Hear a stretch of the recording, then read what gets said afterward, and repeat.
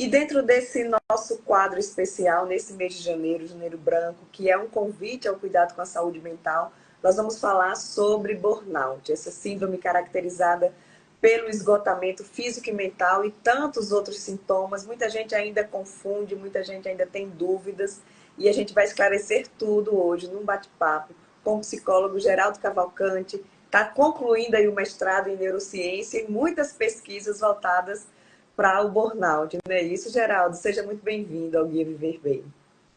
Olá, pessoal. Obrigado pelo convite. Juliana, estou sempre aqui à disposição. É um prazer estar com vocês, trazendo essas informações. Espero poder ajudá-los aqui. E conte sempre comigo. Ótimo. Vamos começar explicando o que é que caracteriza o burnout. O que é? É síndrome de burnout, não é isso? O que é que caracteriza? A síndrome de burnout ela é uma síndrome ocupacional. Ela é um estresse crônico dentro do ambiente de trabalho. E para eu poder configurar o burnout, Juliana, eu tenho que ter três dimensões.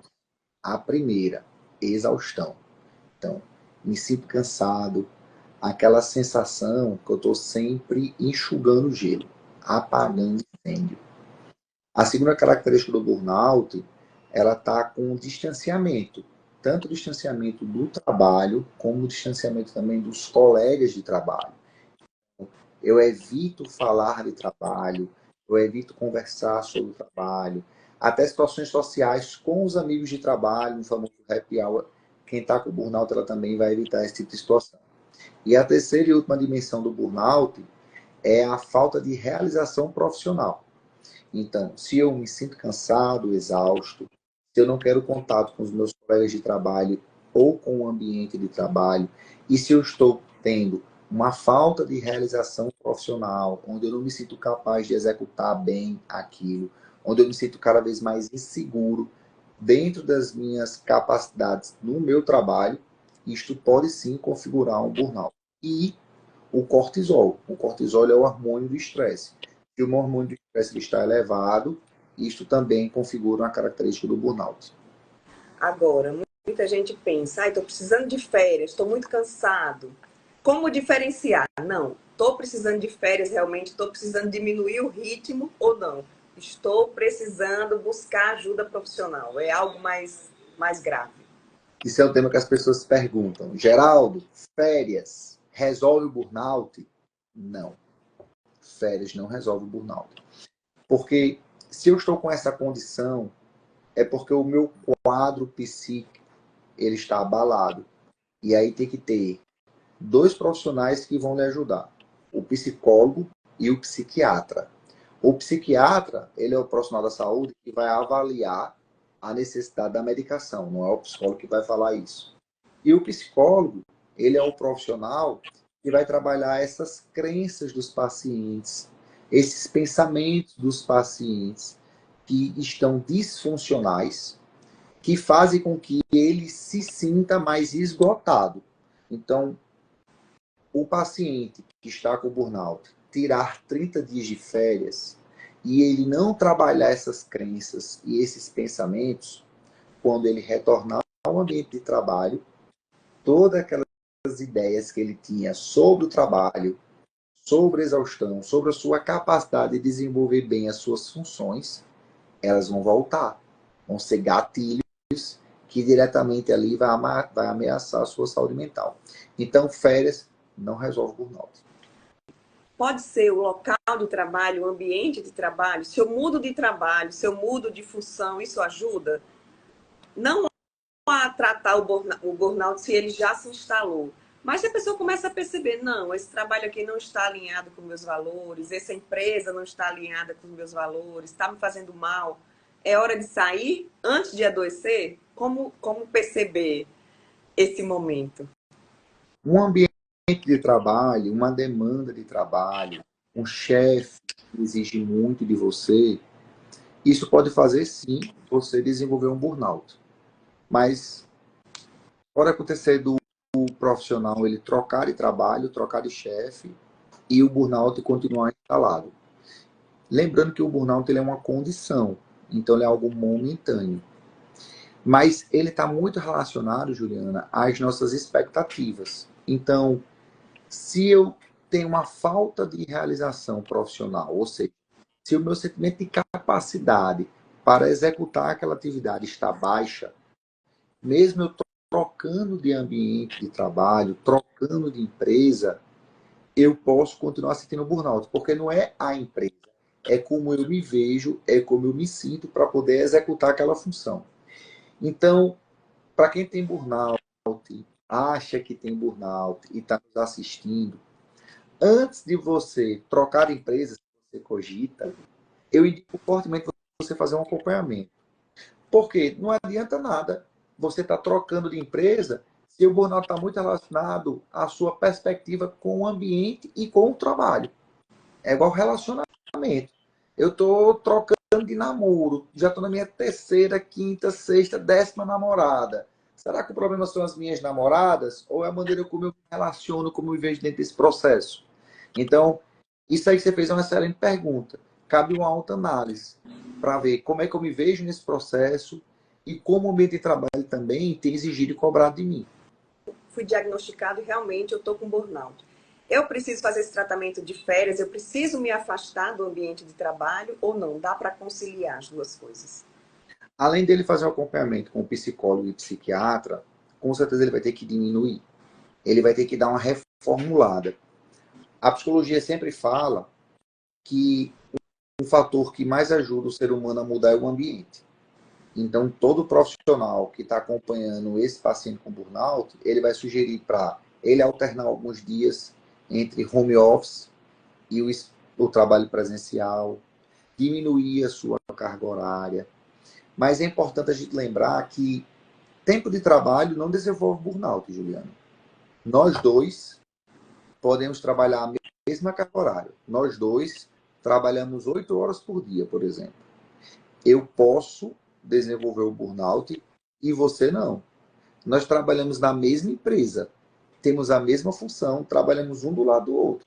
Eu posso desenvolver o burnout e você não. E qual é a justificativa para isso? A razão para isso é porque o burnout ele está relacionado a como eu me vejo dentro do meu espaço de trabalho. Se é um trabalho que faz eu avançar, eu evoluir, eu me desenvolver, ou se é uma função dentro do trabalho que eu tenho a sensação que eu estou sempre enxugando gelo. É a diferença entre o burnout e o estresse. O estresse, Juliana, faz a gente ativar. O estresse faz a gente querer trabalhar. O estresse faz a gente querer resolver. Por mais que as pessoas falem, eu estou estressada. Mas o estresse, ele é energia. Lógico que o estresse demais pode fazer eu travar. Mas a gente nunca pode negar que o estresse é energia. O cortisol, que é o hormônio de estresse, que o seu pico é de manhã cedo, por volta ali de 5, 6 horas da manhã, ele é essencial para a nossa sobrevivência, é o que faz a gente acordar. Por isso que muitas vezes as pessoas elas preferem, como eu, praticar atividade física de manhã cedo, porque o seu nível de energia ele é maior. Então, lembrar que estresse nem sempre ele é ruim. O estresse ele também é bom. Use a sua emoção ao seu favor, algo que a gente sempre conversa aqui na clínica. É importante eu usar a minha emoção, Juliana, ao meu favor.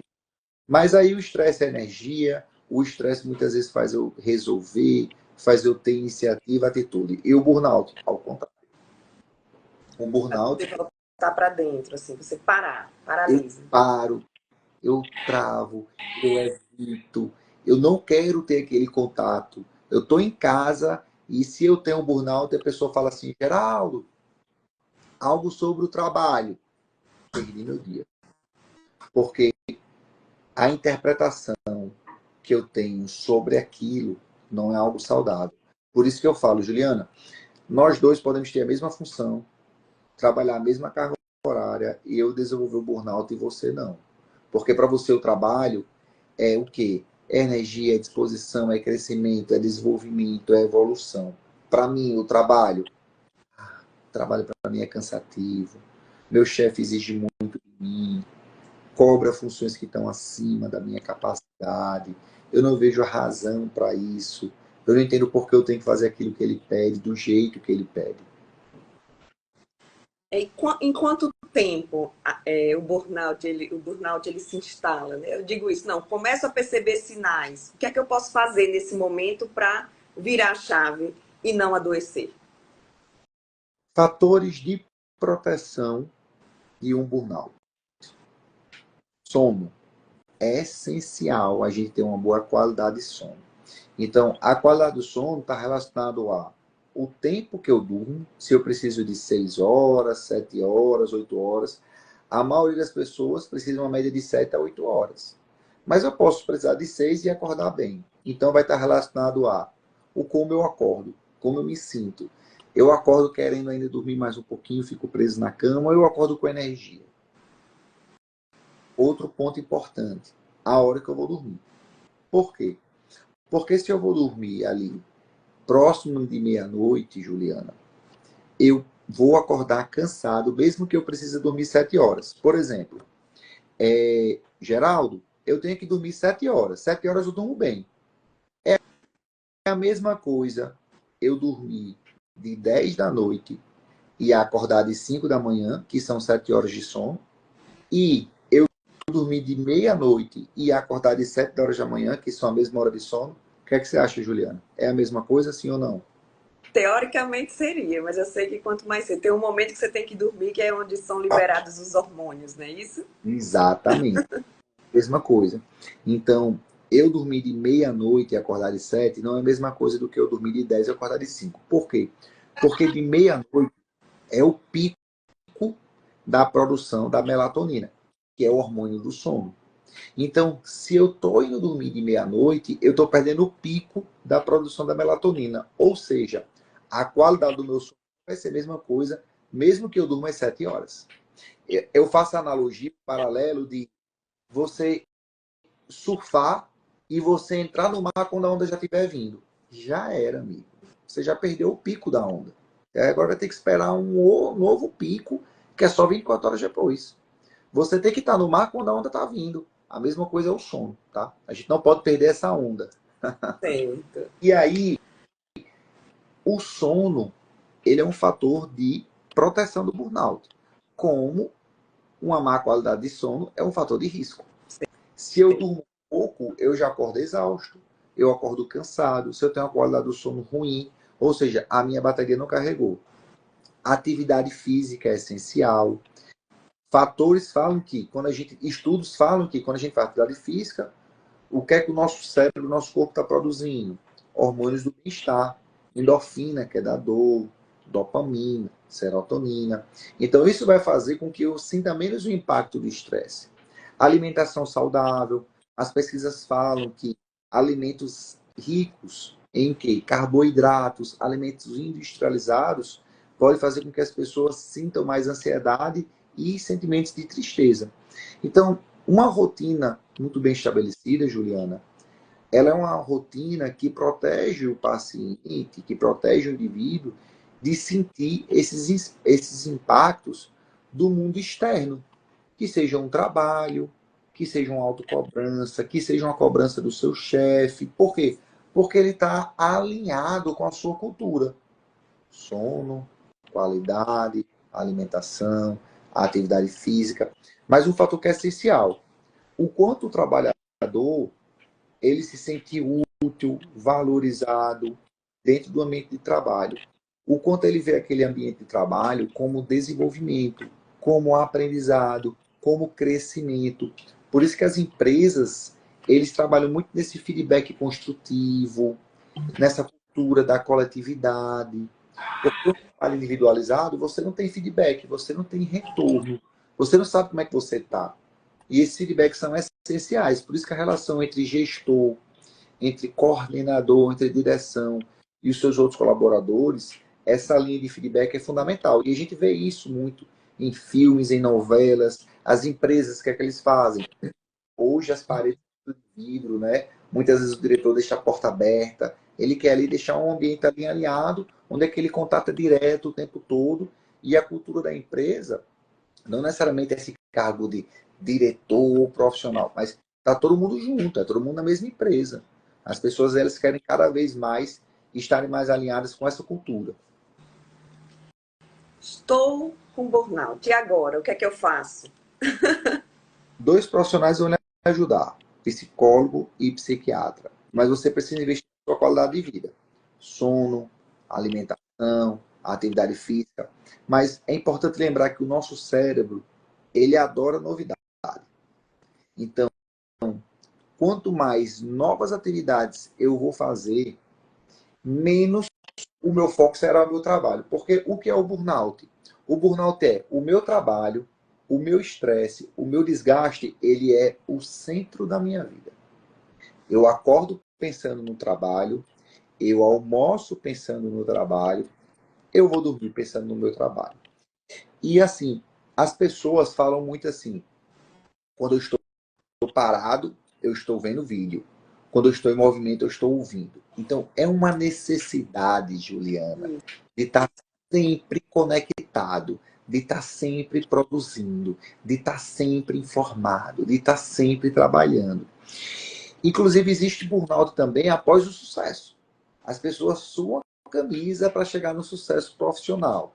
Aí ela chegou no sucesso, agora ela se sente esgotada. Meu irmão, você chegou no sucesso, você era para estar agora desfrutando do sucesso. Mas a gente sabe que você também manter no sucesso é muito desgastante. Então, eu faria o paciente ele diminuísse e ele se desligasse. Estar presente, Juliana.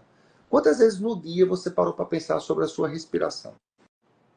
Quantas vezes no dia você parou para pensar que é muito raro você fazer uma coisa? Como assim, Geraldo? Eu estou na academia, onde o meu corpo está em exercício, mas a minha mente está ouvindo podcast. Eu estou almoçando, o meu corpo está se alimentando, mas a minha mente está vendo um vídeo aqui no YouTube. O que é que acontece de noite, Juliana? O meu corpo se deita para dormir, mas a minha mente está pensando no meu dia de amanhã. Então, as pessoas estão sempre fazendo 2, 3 coisas ao mesmo tempo. Multitarefa. Antes era bonito. Rapaz, eu sou um cara multitarefa. Eu faço 2, 3 coisas ao mesmo tempo. Lá na frente, você vai pagar um preço por isso. A conta chega. A conta chega. Então, eu falo muito para os meus pacientes que eu acho que a riqueza da vida hoje é você estar presente. É você ser presente. E é muito raro as pessoas conseguirem isso. Porque o que se vem pregando é que você tem que estar em movimento, em crescimento, sempre absorvendo informação, lendo 50 livros por ano. E a vida não é isso. Cada vez que você exige de você, isso leva ao estresse. Então, tô com burnout e agora? Desacelera. Estar presente. Cultivar prazer em pequenas coisas.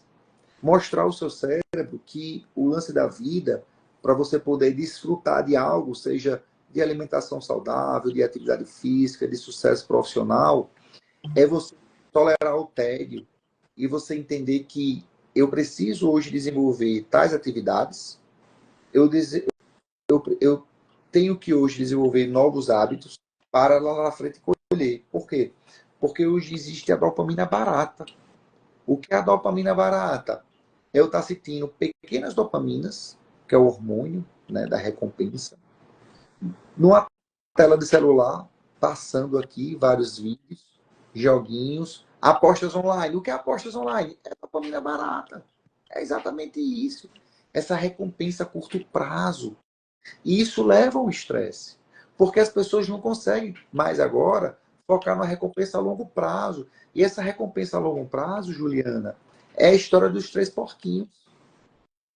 Exatamente. Você está fazendo a sua vida profissional, pessoal, familiar, sua relação com seu namorado, com seu esposo, com sua esposa, numa casa de barro, de madeira ou uma casa de tijolo e cimento. E aí, quando vier a ventania, dependendo em qual casa você tiver, o seu humor vai abalar ou não. A sua estrutura vai abalar ou não. Então, para não desenvolver o burnout, eu preciso estar alinhado com as minhas expectativas, a minha esperança futura, os meus desejos dentro da minha casa de alvenaria, de tijolo e cimento. E entender que é um processo. Um crescimento é um processo. Mas com a dopamina barata, a curto prazo, as pessoas estão mais sensíveis emocionalmente. E aí, consequentemente, elas vão sentir mais. E você trabalha muito com adolescente, né? E você falando dessa questão do trabalho e tal, e do quanto é importante a gente trabalhar isso com eles. Tem burnout em adolescente também, Geraldo? E o que é que a gente pode fazer com os nossos adolescentes para prevenir, né? Para quando eles chegarem realmente no mercado de trabalho, eles estarem aí nessa casa de tijolo, construída por eles. Isso é uma boa pergunta, porque é o seguinte, a Organização Mundial de Saúde, que é quem planeja o CID, que é o Manual das Síndromes, ela reconhece o burnout como uma condição voltada para o ambiente de trabalho. Então, segundo a OMS, burnout é específico para a condição de trabalho. Ponto. Mas vários pesquisadores, vários neurocientistas como eu, estamos desenvolvendo pesquisa de burnout em adolescentes. Não é só no Brasil, é no mundo. Então, tem vários artigos na China, na Itália, nos Estados Unidos, que há também burnout nos adolescentes. Tanto adolescentes do ensino médio como os universitários. Por quê? Vamos pegar a minha pesquisa, que é burnout nos adolescentes. Hoje em dia a demanda de estudo é muito maior. Então, na minha época de colégio, Juliana, eu fui ter aula à tarde no meu terceiro ano, que era o famoso pré. Isso. Eu fui ter prova no sábado no terceiro ano, que é o famoso pré.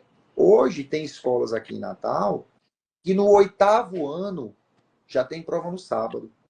Tem escola aqui em Natal que no sexto ano já tem aula à tarde, porque a carga horária de manhã não é suficiente. E aí os pais também exigem muito, né? Porque o filho hoje tem que falar inglês, espanhol. O filho hoje tem que praticar 2 esportes, tem que ter aula particular. Então, os jovens hoje, eles têm muito mais atividades do que na minha época. Então, o nível de exigência é muito maior. Fora que tem um negócio chamado rede social, Verdade. onde as pessoas colocam cortes da sua vida. E a galera, por mais que saiba disso, acredita naquele corte. Então, todo mundo tem uma vida melhor do que a minha. Todo mundo tira notas melhores do que eu. Nas férias, estão viajando e eu não estou viajando. Estão com seus amigos socializando na praia, né, no veraneio, e eu não estou. Tem um corpo legal e eu não tenho. Vai para uma festa e recebeu o convite se eu não recebi. Então, existe uma alta exigência, existe uma exigência dos pais, existe uma exigência da escola. Como assim, Geraldo? As escolas no ensino fundamental aí, no oitavo ano, nono ano, já falam de Enem. Na Já. época não falava. Na minha época, os professores no ensino fundamental não falavam de Enem, e hoje fala. Então, autocobrança, cobrança dos pais, cobrança da escola, nível de exigência maior. As provas hoje no ensino médio é tudo voltado para o Enem, então são 90 questões objetivas, mais redação, tempo de Enem.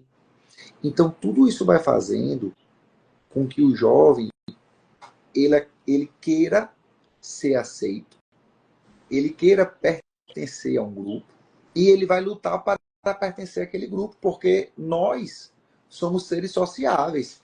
E a gente sabe que o adolescente que está ali formando a sua personalidade, a sua maturidade, ele quer pertencer a um grupo, que isso faz parte do seu desenvolvimento, ele ter um grupo. E um grupo é um fator de proteção de um bullying também.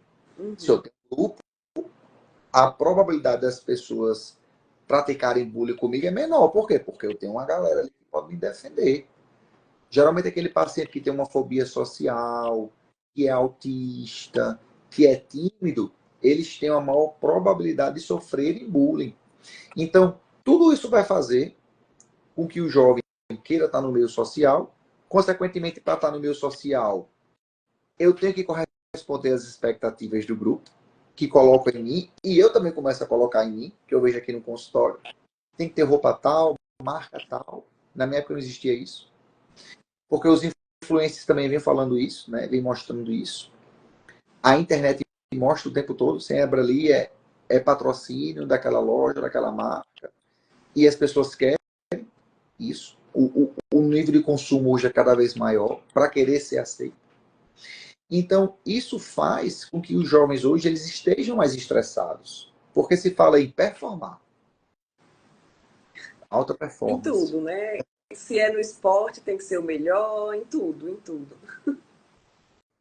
Você não basta praticar o esporte, você tem que performar no esporte. Você tem que se destacar.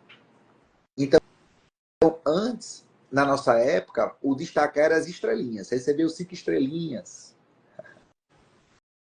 Hoje, o destacar é o ranking. É o me aparecendo lá, para todo mundo ver. Antes ninguém via. O professor colocava a estrelinha no seu caderno, você mostrava seu pai e sua mãe e só você sabia. Hoje não. Hoje a escola toda sabe o seu ranking. Em cerimônia para a entrega dos melhores, né? No Tem teatro, cerimônia. é E você quer estar lá. Quem é que não quer? Qual adolescente verdade. que não quer estar inserido nisso? Então, não tem como não sofrer estresse nesse mundo caótico, onde as pessoas não estão presentes, onde se cobram cada vez mais.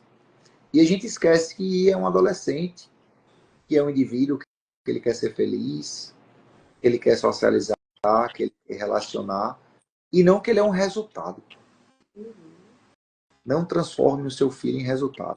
Seu filho é um adolescente que ele quer apenas conviver entre os jovens e ser aceito e feliz. Então, Juliana, ser adolescente no mundo atual, no século atual, é muito difícil. Eu já fiz vários vídeos falando sobre isso. Ser adolescente hoje é muito difícil. Muito. Doutor Geraldo, daria para a gente ficar aqui um dia inteiro conversando. Para a gente terminar, se você pudesse trazer aí uma receita, né? A gente falando aí, estamos no Janeiro Branco e muita gente fica com a saúde mental comprometida em virtude desse esgotamento, em virtude de não saber lidar com o seu trabalho. E muitas vezes a gente tem que fazer as pazes com o trabalho, né? A gente passa, às vezes, mais tempo trabalhando do que na própria casa. Tem alguma receita, tem alguma orientação que você pudesse deixar aqui para que fique fixada essa mensagem para quem está acompanhando esse nosso bate-papo? Juliana, algo que nós dificilmente mudamos são os nossos valores. Os nossos valores é algo intrínseco à nossa personalidade. Então, se eu tenho atitudes e perspectivas profissionais alinhadas aos meus valores, os impactos serão menores. Mas se eu estou tendo ações no meu dia a dia, dentro do meu trabalho, que não estão alinhadas aos meus valores e às minhas expectativas, os impactos serão maiores. Então, meus amigos, eu finalizo esse bate-papo aqui com Juliana e eu agradeço o convite. Tenha uma rotina saudável, tenha uma vida que faça sentido para você e tenha ações dentro do seu ambiente de trabalho que estejam alinhadas com os seus valores. Isso trará um menor impacto na sua saúde emocional, na sua saúde mental. Ótimo, muito bom esse bate-papo, Geraldo. Foi um prazer. Vamos marcar outros, hein? Obrigado, estou sempre à disposição, tá? Conto com o meu nome. Obrigada.